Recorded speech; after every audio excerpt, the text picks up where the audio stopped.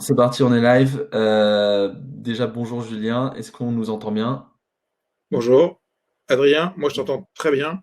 Eh ben voilà, je pense que tout le monde, merci Oui, David, ça tout y le est, monde c'est nous répond oui. Bonjour à toutes et à tous déjà. Euh, merci Julien de venir aujourd'hui, ça va être super intéressant. Donc, le principe commence à être connu, c'est le 28e webinaire qu'on organise et on a un onglet questions à droite qui vous permet de poser toutes vos questions auxquelles je suis certain que Julien aura le plaisir de répondre. N'hésitez pas. oui, bah, si j'ai les réponses, hein. Je suis certain que tu les auras. Et donc, on a toujours ces webinaires quotidiens qui permettent principalement de vous aider à y voir plus clair dans cette période grâce aux acteurs du financement, de l'investissement et par leur expérience et leur expertise. Même si on n'est pas avec une boule de cristal à prévoir le futur, faut d'ailleurs se méfier un peu des futurologues. Et on va en parler aujourd'hui d'ailleurs avec Julien sur comment anticiper, comment on peut être agile, etc. On en parlait un petit peu tout à l'heure. Déjà, salut Julien, comment ça va? Bah, magnifiquement bien. Eh ben, trop bien. Je On suis attaque. retourné dans le sous-sol qui m'avait permis de créer ma boîte précédente avant de rejoindre le Crédit Mutuel. Donc, c'est plein de souvenirs ici. Eh Donc, ben, bienvenue c'est dans beau, mon c'est beau sous-sol, ça. là où j'avais Tu, créé ma boîte. tu te remets en mode Batman dans la cave. Complètement, je suis sur un Walking Dead, j'ai mon grand écran, le deuxième écran, et puis je fais entre 7 et 18 kilomètres par jour de visio. Eh ben, écoute, un peu tout le monde est habitué aujourd'hui au visio, mais justement, est-ce que tu peux te présenter? Tu parlais de ta précédente boîte et qu'est-ce que tu as fait et qu'est-ce qui t'a amené aujourd'hui au Crédit Mutuel Innovation? Eh ben, avec grand plaisir. Bon, ben, j'ai commencé à travailler à l'âge de 18 ans. À part Internet et deux enfants, je ne sais rien faire d'autre. Donc, je me tente dans le financement. La dernière expérience qui était amusante, c'était la création d'une boîte qui s'appelait Cedexis, que j'ai créée en pleine crise, pendant la crise 2008-2010, qu'on surnommait l'aiguilleur du net, le Waze de l'Internet, qui a été élu future licorne française 3 années de suite. Vraiment le stéréotype de la boîte en hyper-croissance. On a levé 33 millions, on a ouvert 9 bureaux dans le monde. Et l'objectif, c'était, par exemple, là, on est en train de faire une vidéo ensemble. De temps en temps, il y a des bufferings, il y a des coupures. Donc, c'était comment résoudre tous les problèmes de latence, de débit et de dispo sur Internet. Donc, on cartographiait en temps réel l'état de santé de l'Internet. Et une fois qu'on avait cette cartographie, on collectait, je sais plus, c'était 16 milliards de données par jour sur l'état de santé de l'Internet. Et une fois qu'on avait cette cartographie, on s'en servait pour aiguiller, d'où notre surnom les aiguilleurs du net, et éviter toutes les temps de chargement trop longs, les latences, surtout les pannes. Voilà. Et donc, on a créé ça avec une bande de fous furieux. Et ça a été une expérience à la fois extraordinaire, à la fois, comme tout entrepreneur, une espèce d'écart type entre euphorie et dépression. Et donc, du coup, bah, il y a plein de gens qui ont eu la gentillesse de m'aider quand je me suis lancé. Et donc, une fois que j'ai vendu la boîte, alors je l'ai vendue pas parce que j'avais envie de la vendre, mais un peu parce que je me suis fait tordre le bras par mes investisseurs américains. Et donc, je me suis dit, il y avait quand même beaucoup de pertes de valeur à cause de ça, parce qu'il y a quand même 85% des acquisitions qui se terminent en perte totale de valeur. Donc, et que j'aurais bien aimé continuer, mais d'un autre côté, voilà, c'est la vie. Quand tu lèves des fonds, bah, il y a une phrase que mes investisseurs m'avaient dit et répétée qui était When you raise money, your company is changing, it's no more your company. Donc, quand tu lèves de l'argent, ta société change, ce n'est plus ta boîte. Ce qui est inaudible pour quelqu'un qui ne se paye pas pendant 2 ans et demi, qui vit des livrets A de ses enfants et qui bosse samedi, dimanche, jour et nuit. C'est pas audible, mais c'est une réalité. Et donc, à un moment, bah voilà, quand tu as levé 33 millions, tu es minoritaire. Et puis, on a eu plus 23 propositions de rachat. Et puis à un moment, ils m'ont dit, bah voilà, ça fait 6 ans qu'on y est, même si on a craqué enfin le modèle asiatique avec Huawei, Tencent, Baidu comme client, voilà, faut qu'on se mette en ordre de marche pour vendre, ce qui n'était pas forcément mon objectif, mais du coup, on a du coup vendu la boîte. Et En tout donc, cas, déjà, je dis super parce que ça apporte une vraie vision de l'investissement très réaliste, très terrain, parce que tu as été entrepreneur et puis tu l'as dit, tu as vécu des relations avec des investisseurs plus ou moins compliqués. Et ouais. aujourd'hui, tu es passé du côté obscur de la force. C'est ça. Euh, En fait, quand j'ai vendu, bah, du coup, on a vendu à Citrix, Et donc, j'avais pas voulu rester. Donc, du coup, j'ai pas eu le droit de travailler pendant 1 an, ce qui m'a permis de reprendre des études et d'accompagner pas mal de startups. Et de là, de me rendre compte qu'en fait, que ce que j'avais vécu, en fait, il y en avait pas mal qui le vivaient. Et donc, même si j'essayais de partager cette expérience un maximum, parce que l'entraide entre entrepreneurs est extrêmement importante et c'est vraiment clé. Donc, n'hésitez pas, si vous êtes entrepreneur, à passer des coups de fil aux autres entrepreneurs. C'est ce qui fait que quelque part, on est un peu différent. C'est une espèce de soutien entre nous. Et puis à un moment, enfin, pendant les moments où j'avais des difficultés avec les fonds, je me suis rendu compte que j'avais vraiment beaucoup travaillé le produit. C'est-à-dire, je m'étais vraiment mis dans les pompes de mes clients pour pouvoir imaginer toutes les solutions possibles. Par contre, j'ai vendu du capital à des investisseurs et je n'avais pas fait mes devoirs. Et donc, du coup, je n'avais pas bien analyser la façon dont les fonds travaillaient, leurs attentes. Alors bien sûr, tu sais que ça dure à peu près 4-5 ans, tu sais, enfin 5-6 ans, tu sais qu'ils veulent un TRI, voilà, mais c'est vraiment un mariage, sachant que tu vas divorcer. Donc prenez le temps de vous fiancer. Et c'est vraiment. Alors parfois on n'a pas tellement le choix. Hein. En 2008, en 2010, quand j'ai fait ma levée pleine crise, j'avais pas non plus pléthore de choix, surtout sur des technos où j'avais pas de concurrents, donc j'étais dans l'évangélisation, donc il y avait pas mal de boulot. Mais prenez vraiment le temps de bien choisir et le partenaire et le fonds. Et donc c'est dans cette période-là où j'ai rencontré donc le Crédit Mutuel et Serena Capital qui m'ont donné beaucoup de conseils très avisés et très constructif sur comment ça se passe du côté sombre de la force, c'est comme ça qu'ils appelaient ça. Et ça m'a beaucoup aidé. Et à un moment, ils m'ont dit est-ce que tu veux pas venir prendre la direction générale de tous les investissements de venture. Donc, c'est le premier étage de la fusée de Crédit Mutuel Equity pour le groupe. Et donc, je me suis dit j'avais très envie de bosser pour une boîte française. Je me suis dit, bon, monter une boîte, ok, ça, j'en ai fait quelques-unes. À peu près, voilà, je sais à peu près quelles erreurs j'ai faites et comment ne pas les refaire. Par contre, si je remonte une boîte sur la partie avec les investisseurs, c'est clair que je refais plein de conneries. Et donc, du coup, ça, plus la vraie volonté de vouloir aider les entrepreneurs à éviter de faire les mêmes conneries que moi, je me suis dit, tiens, là, il y a un truc marrant, il y a une belle équipe. Et le point important, c'est qu'on joue avec les fonds propres de la boîte. C'est-à-dire que dans un fonds, et ce qui m'a, moi, coincé et me suis retrouvé à vendre la boîte. Et donc, 3 années de suite, future licorne française. Mais enfin, une licorne, tu ne la crées pas en 5 ans. Donc, tu es une future licorne. Là, on joue avec les fonds propres de la boîte. Donc, on a 99 ans pour pouvoir dépenser l'argent. Donc, on a le temps. Tu vois, dans le portefeuille, j'ai une ligne qui est de 1998. Et ça change tellement de choses. Alors, bien sûr, si l'histoire est belle et qu'il y a de la croissance, ça continue. Si jamais les fondateurs sont fatigués, épuisés, qu'il n'y a plus de croissance, dans ces cas-là, on trouve un moyen de pouvoir vendre la boîte ou de trouver un exit qui soit bon pour tout le monde. Mais voilà, ça c'est vraiment ce qui ça change beaucoup de choses. Écoute, déjà super. Rien que dans ta présentation, tu as donné plein de conseils et j'espère que vous notez bien ou des intuitions, des choses que tu as vécues qui sont très enrichissantes. Si on revient sur la transition, tu aurais pu aller, je sais pas, dans un corpo ou dans une très grosse boîte qui a besoin d'un associé, etc. T'as vraiment tu t'es dit vraiment cette opportunité aussi de passer du côté de l'investisseur. C'est ce que je veux faire parce que je vais apporter un peu tout ce que j'ai pu apprendre aussi de mon expérience d'entrepreneur et parce que ça me plaît aussi d'investir. Qu'est-ce qui te plaît, toi, dans l'investissement Il y a plein de choses. Alors déjà, tu sais, moi, je suis un intuitif comme beaucoup d'entrepreneurs. Faut écouter sa petite voix et c'est vrai que c'est aussi des rencontres. Et j'ai eu la chance de rencontrer un monsieur qui s'appelle Alain Benisti, qui est hyper moderne dans sa tête, qui connaît le métier parfaitement, qui sait exactement ce qu'il faut faire pour pouvoir faire évoluer, parce que le métier de la banque va évoluer et donc il y a eu une espèce de coup de foudre sur le côté, ok, on a la même vision de ce qu'il faudrait faire, on a la même vision de l'entrepreneur. Maintenant que je suis passé du côté sombre de la force, oui, j'ai beaucoup de boulot, mais celui qui bosse, c'est quand même l'entrepreneur. Tu vois, moi le soir je dors bien, hein, donc quand j'ai vidé les livrets A de mes enfants, je dormais beaucoup moins bien. Donc tu vois, et le fait d'avoir vécu tous ces écarts-types entre euphorie et dépression fait que maintenant, quand je suis avec un entrepreneur, je comprends certaines choses ou en tout cas, j'essaie de les transmettre aussi aux équipes pour vraiment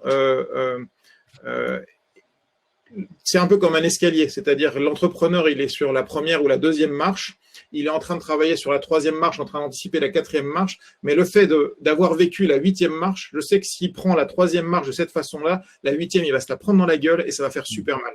Et donc, le fait d'être proactif sur ces points-là et ensuite de mettre en réseau les entrepreneurs. Il y a quand même 350 participations au sein du groupe Crédit Mutuel Equity. Il faudra que j'en parle un petit peu parce que c'est quand même une très qui communique beaucoup. De CMC, c'est un acteur d'investissement qui est assez méconnu en soi et pourtant très, très, très actif. C'est le deuxième, je crois, plus gros après la BPI. Donc, Equity, c'est 3,5 milliards d'investissements. Et nous, on est le premier étage de la fusée. Donc, on a 250 millions à dépenser dans les sociétés plus early stage. Donc, on met des tickets de 1 à 20 millions et on essaye d'être leader ou co-leader parce que justement, quand on a le temps, on ne veut pas se faire dicter des agendas par d'autres VC. C'est quelque chose auquel on va revenir sur ton rôle CMC, ce que vous faites et comment vous avez vécu la crise, les conseils que vous donnez. Si on repart sur le rôle de l'investisseur que tu as pris, pour toi, du coup, est-ce que les bons investisseurs sont que ceux qui ont été entrepreneurs? Tu as parlé de Cedexis avec Serena j'avais pas Serena, je les avais rencontrés, mais j'avais pas Serena.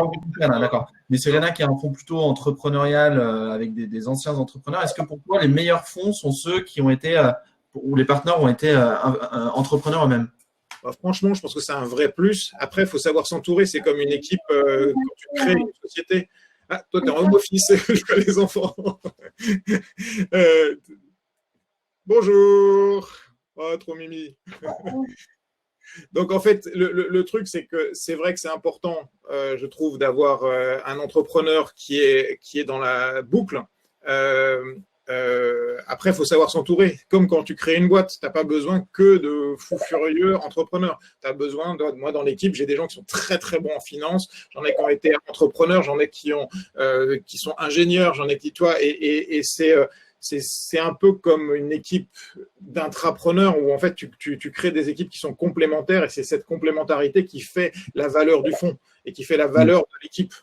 Donc c'est sûr que si tu me demandes de rédiger from scratch une term sheet, je vais mettre un fou, ça reste quand même du chinois traduit en anglais du XVIIe siècle et je suis DG d'une partie, mais par contre dans l'équipe, j'ai des gens qui sont des dieux de ces domaines-là. Et le fait de travailler en task force, l'union fait que ça fonctionne et ça fonctionne bien.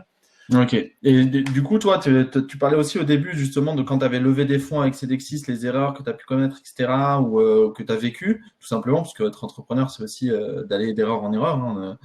Personne n'est parfait. Au contraire, et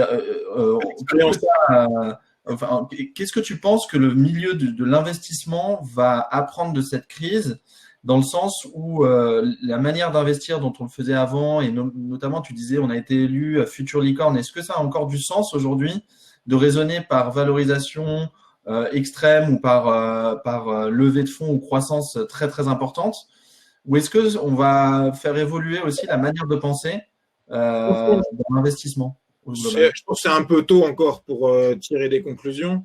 Ce que je constate dans mon comportement, après, c'est que je me pose la question. Donc, j'ai pas encore brainstormé suffisamment avec l'équipe là-dessus, mais c'est vrai que je voyais beaucoup de sociétés très focus sur un seul produit. Et je me dis que maintenant, si je suis amené à… Là, on va faire 4 investissements, dont 2 qu'on aura fait en visio totale du début à la fin, donc complètement à distance. Je me dis que sur ces boîtes-là, j'aime bien, ou j'aime de plus en plus, les boîtes qui ont plusieurs béquilles. C'est-à-dire qu'elles ne sont pas monoproduits, monomarchés, mais qu'elles arrivent à, si jamais il y en a un qui tangue, ok, tu as un problème sur le tourisme. On voit bien, le tourisme, ça monte, ça descend entre les épidémies, les grèves, etc. Est-ce que tu n'as pas un autre vertical qui va pouvoir compléter les lacunes de l'un à de l'autre? Tu vois, je prends un extrême, mais tourisme et médical, est-ce qu'il n'y a pas quelque chose il y a pas quelque chose à jouer? Et donc, ça, c'est des choses que je regarde un petit peu en termes de produits, en termes de typologie de clients. C'est des points que, en tout cas, que je suis de plus en plus attentif. Après, sur les valorisations, on a tenu nos promesses. Et ça, je m'étais engagé à titre perso et je voulais vraiment, ça me tenait à cœur. C'est-à-dire que les business plans qu'on a eus et sur lesquels on est tombé d'accord au 31 décembre, donc bien avant le Covid, on a défini des multiples en disant, bah voilà, par rapport à ce qu'on estime et la proposition qu'on va faire, c'est de te prendre X actions pour telle valorisation. Et cette valorisation, elle est liée à un multiple de ton chiffre d'affaires ou de ton ARR, enfin de ton récurrent. Au moment du Covid, parce qu'il se passe quand même un peu de temps, le temps de faire tout le process, même si on les a vraiment bien raccourcis, on s'est engagé à garder les mêmes multiples. Okay. Alors que c'est vrai que j'ai entendu, après j'ai pas de preuves, mais j'entends pas mal d'entrepreneurs qui disent que beaucoup de fonds ont levé le stylo ou ont droppé les valos. Faut comprendre que la valo peut dropper maintenant sur les nouveaux dossiers, parce que ta valo, elle est liée à une prospective, à un BP, à une vision future, et qu'à cause du Covid, si tu perds 1 an de chiffre d'affaires, immanquablement, ça va être impacté. Par contre, sur les multiples, pour le moment, on essaye de rester, de rester sur les mêmes trends, parce qu'on ne veut pas rajouter de la crise à la crise, et on ne veut pas non plus, tu vois, on est crédit mutuel, donc dans le mutuel, il y a mutualisme. On ne veut pas non plus abuser du système, quoi. Oui, bien sûr. Encore une fois, posez vos questions, je vais les intégrer un peu dans les miennes, et puis si on n'a pas répondu à tout, on répondra à tout après. Et du coup, ton crédit mutuel, du coup, si tu peux présenter un petit peu par rapport aux autres fonds qui ont des investisseurs externes, des LP, et qui ont un objectif de performance, qui du coup ont même un business model qui va peut-être être impacté aussi à terme par la crise, le fait de pouvoir relever des fonds, etc. Ça va peut-être être plus compliqué. Vous, comment ça fonctionne et c'est quoi les performances pour juger des performances de CMC? Alors, CMC IC, c'était l'ancien nom. Maintenant, ça s'appelle Crédit Mutuel Equity. Crédit Mutuel Equity, c'est l'entité d'investissement du groupe Crédit Mutuel et du groupe CIC. Donc, on a 3,5 milliards. On a à peu près tous les étages. Je vois une question là sur les fusées. Il y a à peu près tous les étages. LBO, Majo, Mino. Et nous, on a la première partie qui est la partie venture. Et donc 250 millions à investir, souvent dans des boîtes qui sont, voire majoritairement dans des boîtes qui sont déficitaires. Donc, je dis, quand je les provoque un peu, qui pissent le sang, ça me va bien, c'est pas très grave. Et puis, mais qui ont une belle perspective. Ensuite, dans les tickets, donc de 1 à 20, et sur les verticaux, on va faire sciences de la vie, donc tout sauf les molécules, innovation d'usage, innovation de rupture, donc digital, numérique. On a aussi l'électronique, donc un peu d'IoT. Donc, il y a beaucoup de fonds qui font que du software. Nous, on va aussi dans la partie hardware et dans la partie software. Et là aussi, ça rejoint un petit peu ce que je te disais tout à l'heure sur le côté, tu as deux pieds quelque part, deux béquilles à ta boîte, une qui peut être une partie hardware, une qui peut être software, et la somme des deux fait que tu peux avoir des belles aventures. Et quand tu as du hardware, tu as souvent besoin d'un peu plus de temps, donc du coup voilà. Après, sur les généralistes et assez agnostique, quoi. Pas généraliste, je dirais multispécialiste, parce que c'est vrai que on ne prendra pas de dossier si on n'est pas capable d'apporter de la valeur. Donc, si dans l'équipe, je te prends un cas, Blablacar qui vient nous voir, j'ai personne dans l'équipe qui sait faire du B2C, donc on assume, on ne prendra pas. D'accord ? On enverra peut-être auprès de collègues ou de confrères, mais on ne prendra pas parce que comme on veut être leader ou co-leader pour ne pas se faire dicter justement ces échéances, et qu'on veut vraiment, et c'est aussi là où on prend aussi beaucoup de plaisir, c'est à accompagner les boîtes, et donc on a mis en place une stratégie que je pourrais décrire, qui s'appelle la stratégie du papillon, où on va travailler sur, je te la décris.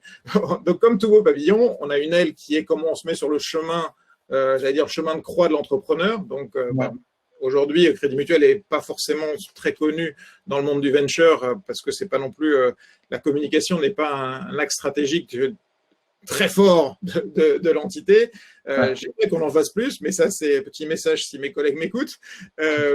Et donc, du coup, comment est-ce que le meilleur deal flow, c'est celui que tu vas chercher, d'accord? Donc, du coup, comment est-ce que tu fais tu vas t'associer à France Digital, tu vas aller chez les incubateurs, enfin, il y a plein de sources et 34% des entrepreneurs ont un compte en banque au CIC et je ne sais même pas combien au Crédit Mutuel. Donc, déjà, tu as une manne d'informations extrêmement riche de tous ceux qui peuvent avoir des besoins de financement. Donc, une fois que tu as ça, tu vas te retrouver avec un deal flow qui va être assez énorme. Donc, comment tu sélectionnes ces startups? Ça va être un peu lié à la deuxième aile du papillon. Et la deuxième aile du papillon, c'est comment est-ce qu'on va assurer et aider l'entreprise et la startup à s'épanouir. Donc, ça va de comment on travaille sur un plan média, ça c'est une chose importante, mais c'est surtout, on a 350 sociétés au sein du groupe dans lesquelles on a investi, qui sont toutes en recherche d'innovation. Et surtout, c'est que pendant mon année de césure, là, entre Cedexis et l'année où je n'avais pas trop le droit de bosser, là, on a travaillé beaucoup avec les Chief Digital Officers des grands groupes. Donc, il y a 150 Chief Digital Officers qui nous partagent leurs besoins d'innovation sur les 12 mois à 5 ans à venir. Une fois que tu sais les orientations des grands groupes, ben là, notre rôle va être un petit peu peut-être différent de certains VC, c'est-à-dire que c'est presque c'est même moi qui vais prendre rendez-vous avec ces gens-là en leur demandant, voilà ce que vous m'avez énoncé comme besoin d'innovation, voilà le bouquet de startups que je voudrais vous présenter, voilà 2-3 startups qui ne sont pas forcément dans vos besoins, mais je pense que ça peut vous intéresser. Là, par exemple, la formation, c'est des choses que tous les grands groupes, dans leur accompagnement de la transformation digitale, ont des besoins de formation, mais de formation un peu différents. Donc, est-ce que si j'ai ce besoin-là, je vais essayer de sourcer une société, une startup innovante, atypique, une espèce de 42 de la formation pour pouvoir ensuite offrir ça. Alors, pourquoi je vais jusque-là? Parce que quand je discute avec les Chief Digital Officers, ils me disaient, voilà, ils avaient entre 50 et 70 demandes par jour de rendez-vous de la part des startups. Donc, quand 70 demandes par jour, qu'est-ce que tu fais? Tu drops tout. Donc, quand tu es une startup, prospecter devient compliqué parce que les gens ne répondent plus aux emails, ne répondent plus à LinkedIn et ne répondent plus au téléphone. Donc, comment tu fais ton business? Une chose est sûre, c'est que tous ces gens-là, ils répondent à qui? À leur banquier. Et donc là, le fait d'être présent et d'avoir la force du groupe avec quand même 75 000 personnes qui sont réparties partout en France et à l'étranger, je sais que je vais pouvoir adresser la cible qui m'aura été préconisée ou sollicitée par la startup. Et donc, du coup, je vais pouvoir amener ce projet sur un plateau d'argent et faire gagner du temps au Chief Digital Officer parce que je vais présenter peut-être 5, 6, 7, 8 boîtes en une fois. Donc, en un rendez-vous, il a un panel complet et comme on les a financés, où on est en train de les financer, on les connaît assez bien, donc on s'entraîne aussi à les pitcher. Voilà. Et après, il y a… C'est une super manière de rentrer en contact avec des racheteurs potentiels, en fait. Exactement, parce que le truc, c'est que, faut être clair, dans un board, on te sort des tableaux Excel, tu peux leur faire dire tout et n'importe quoi. Enfin, j'étais de l'autre côté, donc tu peux raconter un peu tout et n'importe quoi. Donc, si tu veux vraiment aider la boîte et être vraiment dans de la bienveillance et pour faire du business, le deal, c'est que le Chief Digital Officer, il me dit, il me partage la façon dont ça s'est passé. Et donc, il me dit, voilà, le modèle économique, c'est n'importe quoi, le sales, c'était n'importe quoi, ou ça, c'était bien, ça, c'était moins bien. Et donc, du coup, en temps réel, tu vas pouvoir améliorer et faire un feedback que ton prospect ne te fera jamais. Par contre, à nous, il va le faire. Et donc, du coup, tu vas améliorer et tu vas être dans un tourbillon, comment ça s'appelle, un cercle positif qui va te permettre d'améliorer la boîte. Et puis, au bout d'un moment, il y a une entraide qui se crée. Et après, s'ils veulent faire du shopping, très bien. Mais tu as fait gagner du temps au niveau du grand compte et tu as apporté des clients en intelligence collective à tes startups. Et donc, tout ça va bien. Après, il y a d'autres sujets. J'ai essayé de transformer, en fait, sur cette aile-là, j'essaye de transformer Crédit Mutuel et l'innovation en VC idéal. C'est-à-dire le VC que j'aurais rêvé d'avoir en tant qu'entrepreneur. Et donc, il y a une autre partie sur laquelle on travaille beaucoup qui s'appelle les playbooks, c'est-à-dire toutes les questions que tu te poses en tant qu'entrepreneur qui sont transverses quelle que soit la société. C'est-à-dire, je veux partir à l'international, par quel pays je commence? Quand j'étais sur Cedexis, j'avais des clients dans plus de 90 pays, mais pourquoi est-ce que je vais partir d'abord au Japon ou est-ce que je vais partir en Corée? Est-ce que je vais d'abord commencer par les Californies ou est-ce que je vais commencer par New York? Tu vois, j'ai un gars dans l'équipe qui parle portugais. Tiens, est-ce qu'on tente le Brésil ou pas? Tu vois, toutes ces questions-là qui sont sur. Tu vois, à un moment, il faut se lancer. Mais il y a une vraie checklist à faire. Pourquoi est-ce que les startups françaises se gaufrent toutes quand elles vont en Allemagne?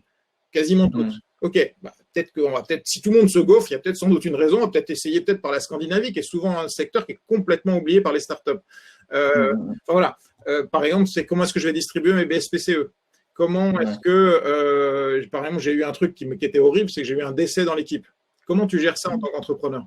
Et donc, on essaye de créer toutes ces trames-là. Je gérais la haute disponibilité de 4,6 millions de sites Internet dans le monde. Tous les mois, on avait une opération de crise. Imaginons que tout tombe en panne. Qui fait quoi? Est-ce qu'on a les bons contacts clients? Comment est-ce qu'on les aide pour nous bypasser? Comment est-ce que, tu vois, quelle communication? Alors que tu es dans un mode de fonctionnement assez collégial, là, tu vas être dans un modèle assez militaire où la communication, elle est gérée que par une seule personne. Voilà. Tu vois, tous ces trucs-là qui sont importants. C'est super intéressant. C'est des retours super intéressants. Je veux juste te poser 2 ou 3 petites questions du public. Oui, tu peux répondre même très rapidement parce que c'est des questions sur CMC Innovation, enfin CMC Crédit Mutuel Venture maintenant. Les noms changent et on va s'adapter.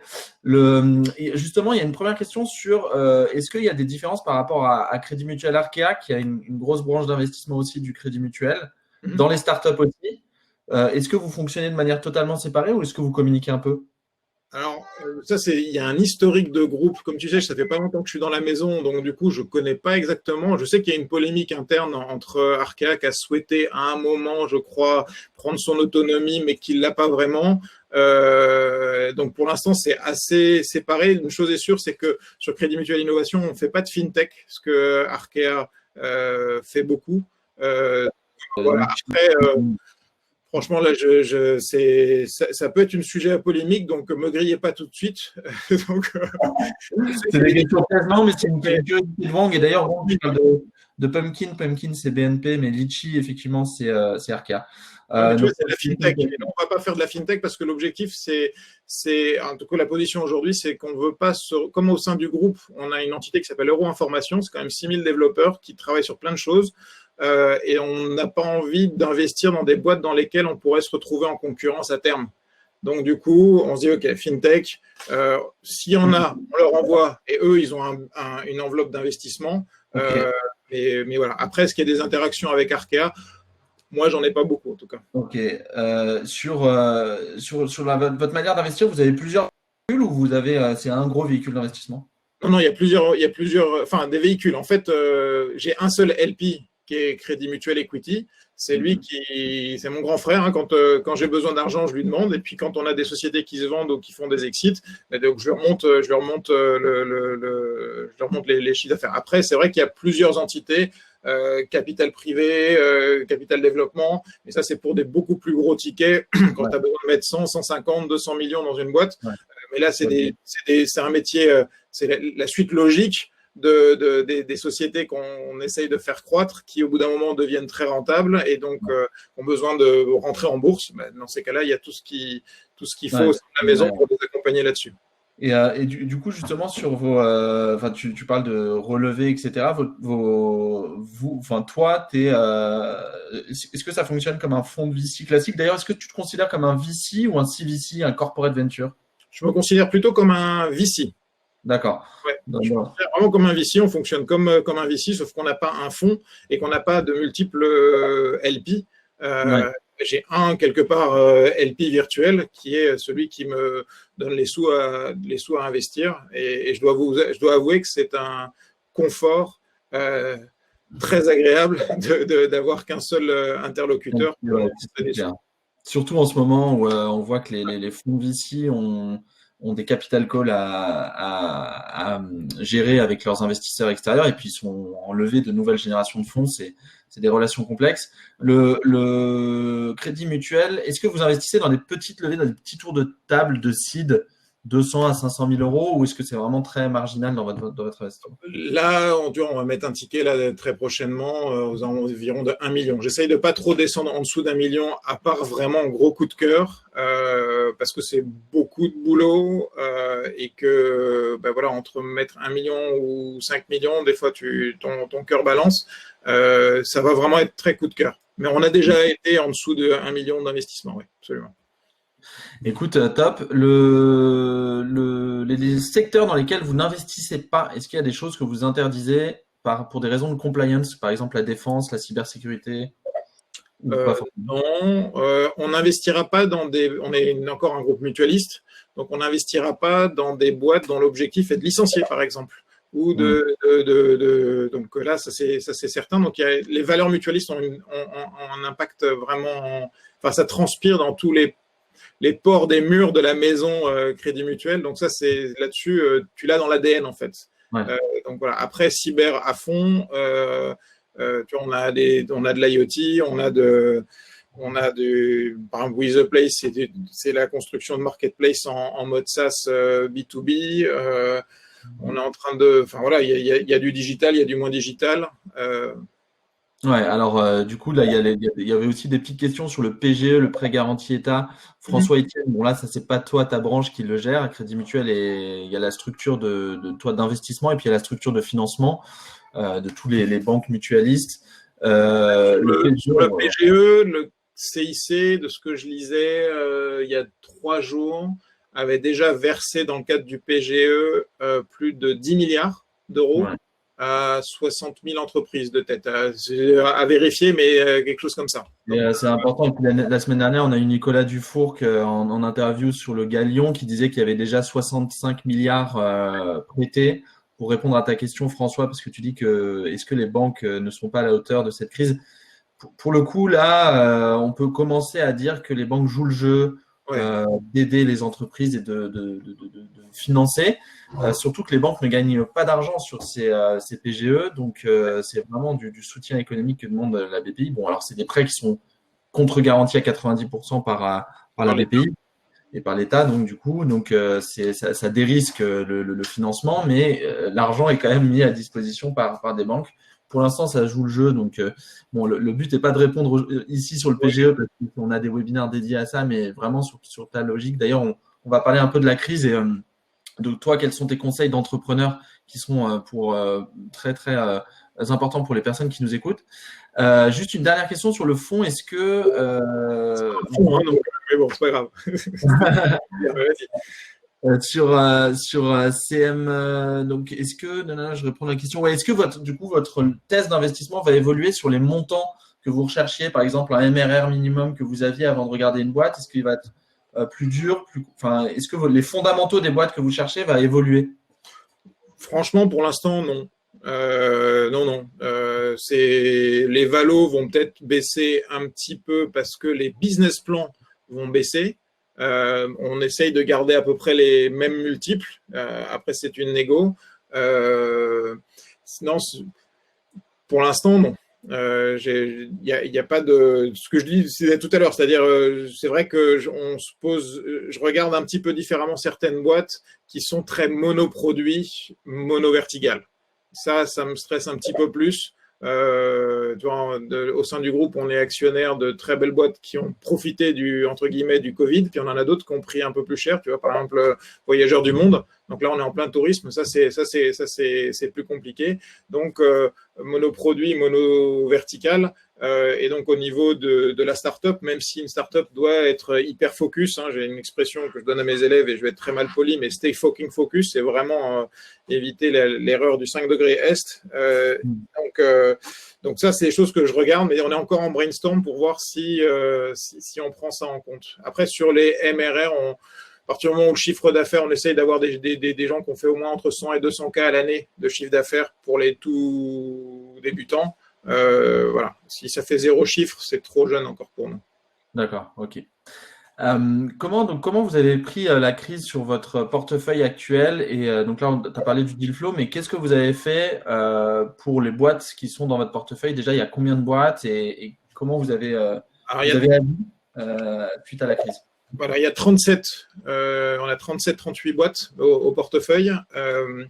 La première chose qu'on ait faite, c'est déjà de respecter le temps d'entrepreneur. On a une baseline chez nous qui est la denrée la plus rare de l'entrepreneur n'est pas l'argent, mais le temps.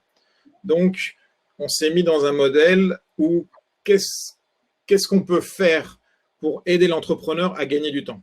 Et donc, bien sûr, on les a tous eus au téléphone et on a commencé à construire une base. Alors, sur Google Drive, où on a centralisé tout ce qui pouvait exister sur comment est-ce que je fais mon PGE, comment est-ce que je me mets en chômage, comment est-ce que je fais mon chômage partiel, enfin tout, même ça va de l'attestation pour sortir, bon, qui est maintenant sur téléphone portable, mais on a tout centralisé là-dessus et on le mettait à jour en continu et on a transmis ça à toutes nos participations, voire au-delà si c'était nécessaire. Vraiment, c'était voilà. Certains l'ont fait sous modèle de page web, nous on l'a fait sous forme de drive parce que voilà, on est un réseau bancaire et je peux pas m'amuser à créer des pages web comme ça sans faire attention à la partie sécurité. Ça, c'était ça. Ensuite, on les a eu tous au téléphone et je dois t'avouer que j'étais quand même toujours, et je suis toujours hyper impressionné, hyper enthousiaste par la capacité des entrepreneurs à tenir la barre dans les périodes où ça shake vachement, quoi. Et là, franchement, j'étais impressionné. Et tu vois, je les prends vraiment pour des... Hop là, pardon. Je les prends vraiment pour des super-héros, quoi. Et, pour moi, c'était vraiment ce côté super-héros. Ensuite, une fois qu'on leur a laissé, tu vois, on leur dit, OK, on est à votre disposition, voilà les informations dont on dispose, on leur a laissé 2-3 jours, histoire de les aider à passer en home office, par exemple, sachant que le confinement était un lundi et que nous, on sentait le truc vraiment venir. Donc, dès le mercredi d'avant, on était en train de leur dire, préparez-vous à être en home office. Même nous, on s'est mis en home office depuis le jeudi, alors que le confinement était le lundi. Et ensuite, on leur a demandé juste 3 choses, c'est-à-dire faites-nous un plan de trésorerie en imaginant que vous faites 0 de chiffre d'affaires jusqu'en juin, 0 de chiffre d'affaires jusqu'en septembre et 0 jusqu'en décembre. Donc déjà, ça va permettre. Ensuite, en fonction de ça, quand on investit dans une boîte, on a prévu 2,5 fois, normalement à peu près la somme pour pouvoir la réinvestir au fil de l'eau. Donc, et c'est là encore la beauté d'avoir un grand groupe avec nous, parce que du coup, on n'a pas de problème de trésorerie, on n'est pas en fin de fond ou quoi que ce soit. Et donc, du coup, on a préparé. Pour l'instant, on n'a pas encore sorti, on n'a pas eu besoin de sortir ça, mais on est capable de tirer et on a une visibilité s'il y a 0 de chiffre jusqu'en juin, septembre ou décembre.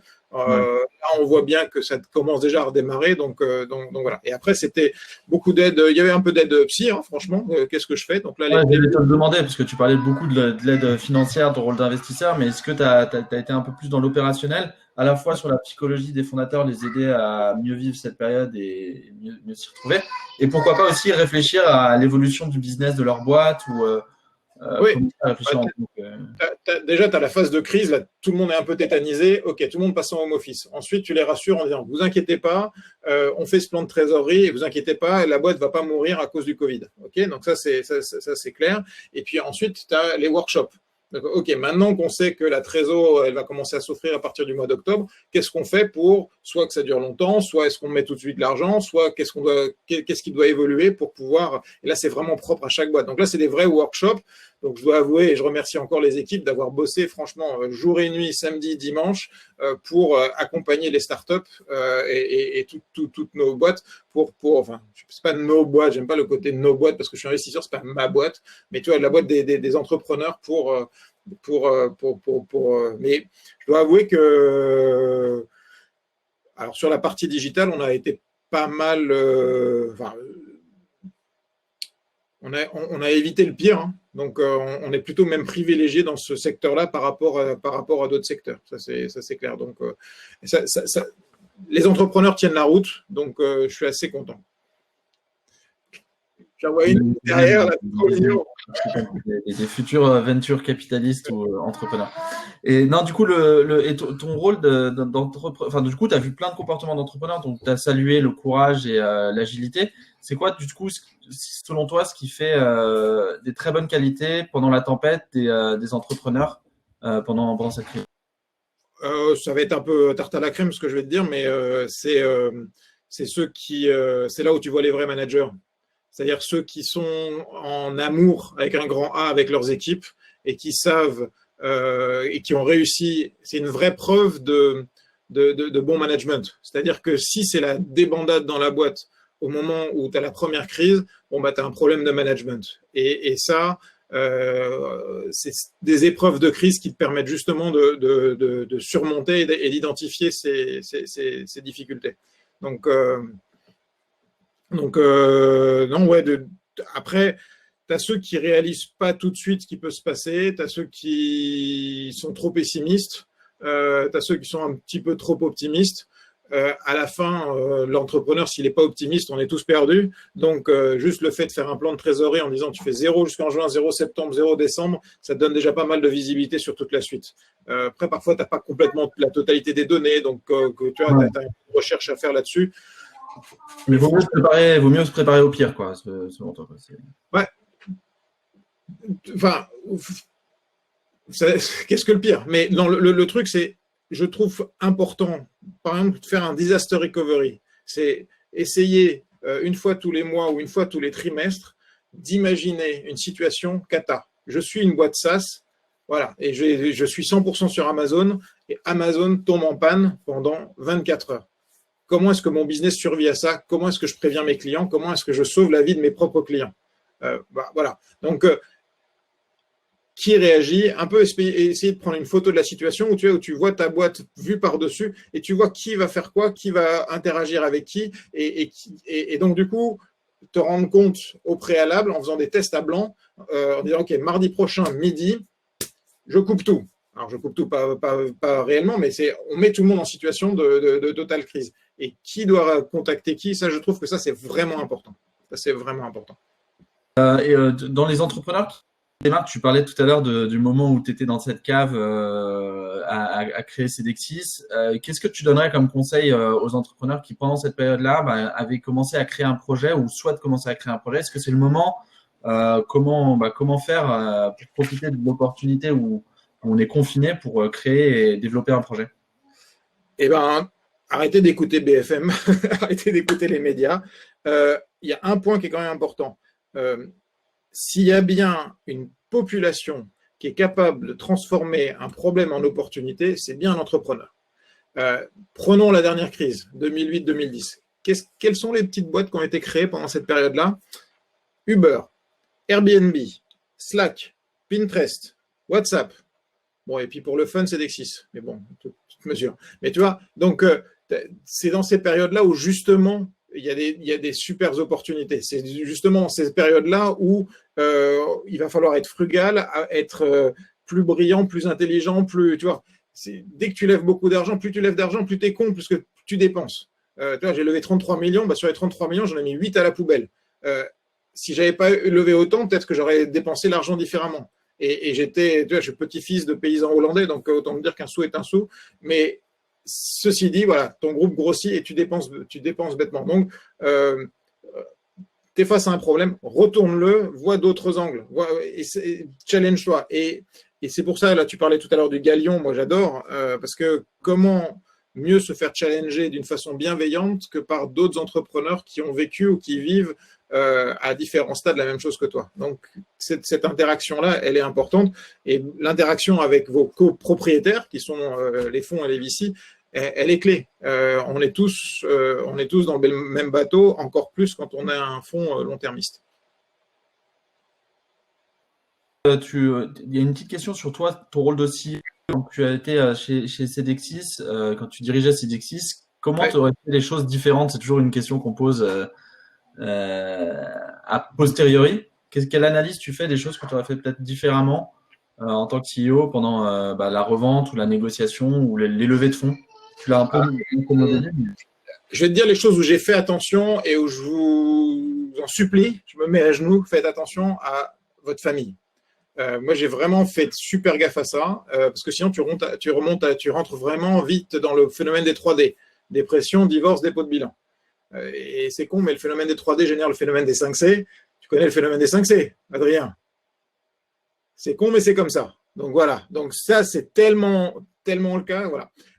Une erreur que j'ai faite, c'est l'erreur que j'appelais tout à l'heure la 5 degrés Est. C'est-à-dire que j'ai un produit, j'ai une vision, je vois à peu près où je veux aller. Je suis allé voir mes 50 prospects. Pourquoi 50 prospects? Parce qu'en fait, je suis allé en voir que 30. Donc du coup, j'ai mon cap. Une fois que j'ai mon cap, je commence à lancer les chevaux. Et là, tu as ton premier client, ton premier prospect qui dit ce que vous voulez faire, c'est génial, mais moi, je voudrais un tout petit peu différent. Et c'est ce que j'appelle l'erreur du 5 degrés S, qui m'a coûté une fortune en temps, en argent et du coup en perte de temps. Et là, c'était le cas. Voilà, mon premier client, c'était le cabinet du Premier ministre qui m'a demandé de faire un truc un petit peu différent, c'est-à-dire faire un peu plus de conseils par rapport à la plateforme SaaS qu'on voulait mettre en place. Et puis, au bout de 60 000 euros de facturation, je dis bon, j'ai plus de sous, je compte beaucoup là-dessus. Et puis là, il dit ah oui, pas de problème, va remplir un DC3 ou un DC4, je ne sais plus, un truc comme ça, et donc va voir telle personne, et cette personne me dit, est-ce que ce contrat représente plus de 40% de votre chiffre d'affaires? Là, je dis, comme vous êtes mon premier client, si je ne suis pas trop mauvais en maths, ça doit faire 100%. Je dis, désolé, on ne peut pas vous payer. Donc non seulement j'ai perdu du temps, j'ai perdu 60 000 euros de potentielle facturation, du coup j'ai pris l'argent dans les livrets de mes enfants, enfin tu vois, donc toutes ces conséquences-là, et en plus, pourquoi? Parce que j'ai été... influencé par mon premier prospect. Donc ça, c'est vraiment l'erreur que je ne ferai pas. Le troisième point, c'est se faire accompagner, c'est-à-dire un coach.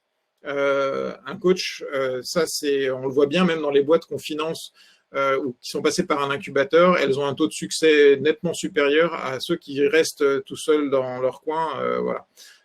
Donc ça, c'est le point. Après, focaliser sur l'équipe devant les clients. Parce que l'équipe, si elle a rejoint une start-up avec le bordel que c'est au démarrage, c'est pour influer sur le futur de la boîte. Donc, laissez-les vivre, laissez-les décider. Une belle innovation, c'est une désobéissance qui a réussi. Donc, voilà, il y a un cap, ok, mais après, laissez-les libres et un peu dans un modèle familial. C'est-à-dire que moi, je me sens papa de 75 enfants, plus les deux miens. S'ils sont à moi, mais ils me ressemblent pas mal, donc normalement ça fait 77. Et vraiment, c'est là où j'ai pris un plaisir phénoménal. Tu vois, comme au Crédit Mutuel, là, remonter une équipe je trouve ça vraiment, c'est la partie la plus épanouissante du job, c'est d'arriver à avoir des profils très différents et à en extraire la substantifique moelle et faire en sorte que eux s'épanouissent. Et puis à un moment, ils sont tellement épanouis qu'ils sont nettement meilleurs que toi. Et ça sera mon moment pour moi de faire autre chose. Et c'est très bien comme ça. Donc, même au confinement, toi qui es très humain en plus, je me rappelle l'époque de Cedexis où tu disais que tu aimais passer dans les bureaux, voir les équipes qui travaillent, etc. Là, en confinement, c'est un peu différent. Tu vois, comme moi j'ai des équipes qui sont distribuées un peu partout sur la France, j'avais justement des challenges de mode de fonctionnement des équipes d'une région versus une autre région. Et là, le confinement, c'est génial parce que tu as un petit rituel le matin à 9h où tout le monde partage les points qu'il veut aborder. Soit en une demi-heure, c'est réglé. Parfois, ça prend un peu plus. Tu invites un extérieur de temps en temps. Tu as créé ces rituels et donc cette fracture ou cette potentielle distance ou fracture qu'on aurait pu subir, là on la subit plus et du coup on a utilisé les outils modernes, des Slack, des Zoom, des choses comme ça pour pouvoir arriver à fédérer les équipes autour des mêmes objectifs et je pense qu'ils vont avoir du mal à s'en passer. En tout cas, on a gagné en autonomie, on a gagné en réactivité, on a gagné en productivité de façon phénoménale. Enfin, imagine faire 4 dossiers quasiment avec des investissements des tickets assez costauds en quasiment tout full remote. Ouais, respect. Ouais, ça arrive. C'est des gars qui arrivent. Écoute, Julien, on va terminer là-dessus. C'était un des super conseils et discours, comme dit Hugues, un beau discours entrepreneurial. Tu es un des plus entrepreneurs des VC de la place aujourd'hui. Donc, ma conclusion, je vais reprendre juste 3 conclusions. 2 que j'ai entendues et une qui fait partie de mes justement, tu parlais de Nicolas Dufour, là, qui fait quand même un boulot de phénoménal. Il discutait avec les gens de Cathay, les investisseurs donc asiatiques, et l'investisseur de Cathay disait en fait, c'est pas la fin du monde, quoi. On pensait que c'était la fin du monde, mais c'est pas la fin du monde. Donc non, c'est pas la fin du monde. Il y a plein d'opportunités. Patrick Robin qui disait on passe de Startup Nation à France Digital. Donc là, on voit qu'on a fait une vraie évolution vers le futur. Et puis moi, une béquille que j'aime beaucoup, qui m'a beaucoup servi quand j'étais entrepreneur, c'est, tu sais, ces moments, je reparlais tout à l'heure des quarts types entre euphorie et dépression. Quand tu es dans la zone dépressive, soit tu commences à avoir un bad mood et puis tu commences à générer des mauvaises ondes. Et donc, à ce moment-là, au lieu de dire qu'on est en galère, dire qu'on est en train de se créer des futurs souvenirs. Et le fait de se créer des futurs souvenirs, ça te projette en disant, bah là, ce qu'on est en train de vivre, on pourra le raconter à nos petits-enfants, le raconter à d'autres personnes en disant, j'ai vécu un confinement, je suis resté enfermé chez moi pendant 2 mois et demi, et ben, j'ai appris plein de trucs et on a fait un saut dans le futur et on a poussé notre pays qui avait des côtés un peu parfois archaïques vers une transformation digitale de notre pays, qui est du coup une transformation de notre pays en tant que tel. Déjà qu'on a la chance d'être dans un des plus beaux pays du monde et des plus dynamiques du monde, arrêtons juste d'être pessimistes, parce que si on continue à être pessimiste, ça va se traduire et on va ajouter de la crise à la crise. Donc soyons optimistes, il fait beau, la vie est belle, ceux qui souffrent, on va tout faire pour les aider. On est quand même, tu vois, PGE, prêt garanti par l'État. Quand je parle à mes copains qui sont aux US ou en Asie, c'est pas la même histoire. Donc, regardons le côté positif des choses parce que on a. Bah, c'est super, un discours optimiste pour terminer. Comment on peut rentrer en contact avec toi, LinkedIn, sur comment? LinkedIn, Twitter, coulon@gmail, c'est mon perso, julien.coulon@créditmutuel.fr, c'est le pro, 06 07 13 68 56.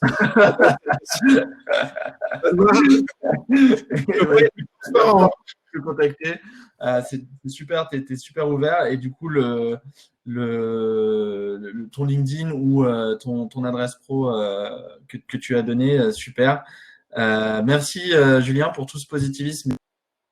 Un lundi pour démarrer avec la date. Et bon courage à toutes et à tous, je pense qu'on peut le redire. Gardez la pêche.